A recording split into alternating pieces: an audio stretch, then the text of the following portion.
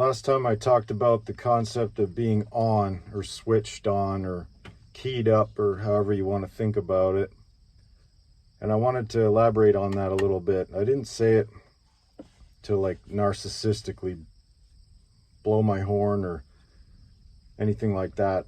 It was to describe the scenario where you feel the most engaged, the most present, where time seems to slow down. You're not interested in too many other things or anything at all except that, where you feel valued, valuable, contributing productively.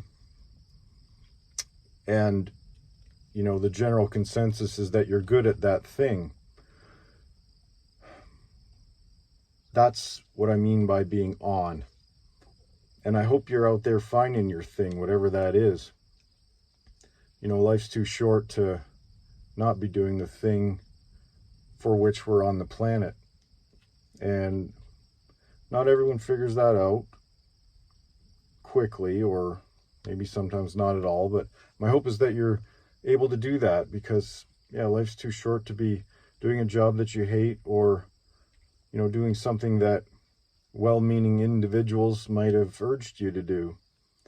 And that one can be particularly dangerous, because if we don't know what our thing is or what we should be doing with our lives, and we ask those who are close to us for their well-meaning advice and we take it, that just may not have been the plan for us.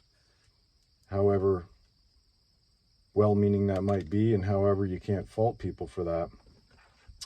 Anyways, so I just happen to love running tractors and grain carts, and I've had to own that fully, and perhaps stand up against internal dialogue which says maybe the world will think you're weird, or stand up against the crunched eyebrows of certain individuals, or whatever the case may be.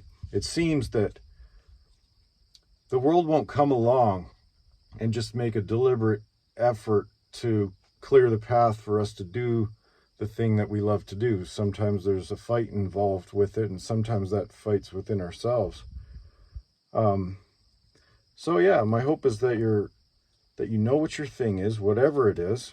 You know, being a baker, or running a daycare, running a restaurant, being a police officer, being a welder, whatever it is, where you find yourself joyful in the midst of a lot of challenge, engaged, focused, not interested in much of anything else at the time, and just feeling valuable. I hope you're able to do that. So enough about that. On this channel, I want to talk a little bit about grain carting tactics and the cases or instances or times where it does matter. It doesn't always matter. With small numbers of combines and crops that aren't as productive, lower bushel crops, it's an easier going program. But if you find yourself on high bushel crops with lots of combines, then, you know, one has to employ some thinking ahead, you might say. So let's talk about a scenario that's fresh in my mind. It was from yesterday, and we had 45-foot headers, and I'll talk about 3 machines. We had more, but 3's enough.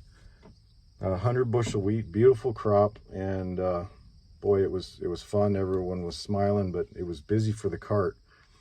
So I'll just talk through a couple of steps where a cart person can be proactive and take command of the field.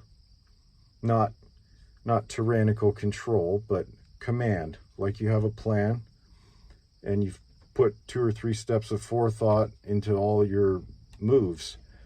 It just keeps the field flowing nicely, and keeps everyone smiling, keeps trucks leaving in incremental times, and just a good flowing day.